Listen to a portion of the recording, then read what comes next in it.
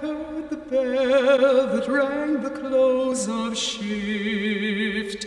I knew from deep inside that something didn't fit. Steelworkers are at risk from the air they breathe. Intense cold, unbearable heat. Hard to hear his footsteps on the floor.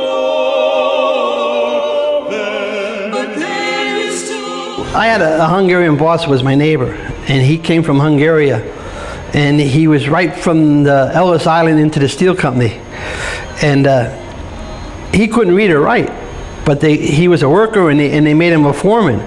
They would monitor the weather all the time, so because as soon as it snowed and you were on a hot job, they pull you off because the snow was more important. We used to have to go across the whole Mincy Trail Bridge and shovel the sidewalks on both sides.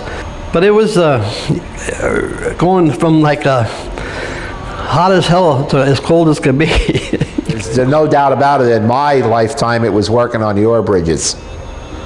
I mean, where you could go up there and broil in the summer sun, or you could go up there and be in a 30, 40 mile an hour wind, and I know that sounds funny, 30, 40 mile an hour wind, but it was somehow the way those ore bridges sat there, it was like a Venturi effect coming through them buildings. There was always a steady breeze blowing, and it was like, you know, wow, this is like being in Antarctica. This is like being at the North Pole. I remember when I got my first set of Daymart long underwear and put them on, I was able to stay on the job without taking a break until it was done, and the old timers marveled.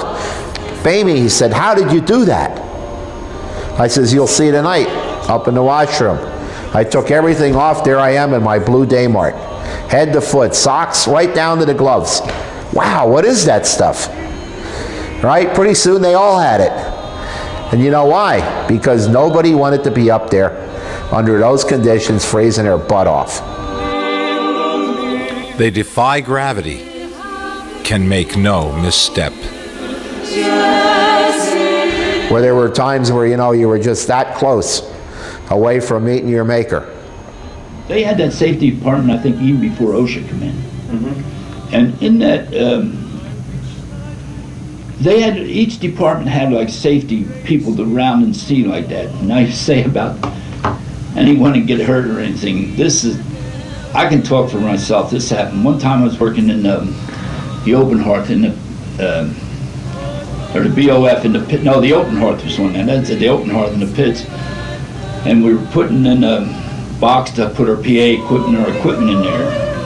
And next thing I know, the whole building's coming in alongside of me. And here they didn't have the ingots right on the buggy, and it hit the building, and the whole building came in.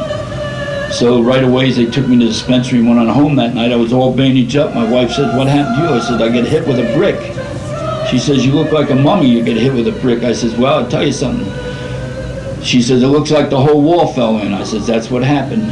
But when I got done, I was standing there, and I thought, what happened? I thought a mold had broke, and the hot steel was going to come in. I jumped up on this bench. I went up on this bench here, all the smoke cleared, and my two buddies outside, Nelson Demanicore and Ralph Stocker, they looked at me and they were all pale, and I says, what's wrong? They says, I never thought I'd see you alive again.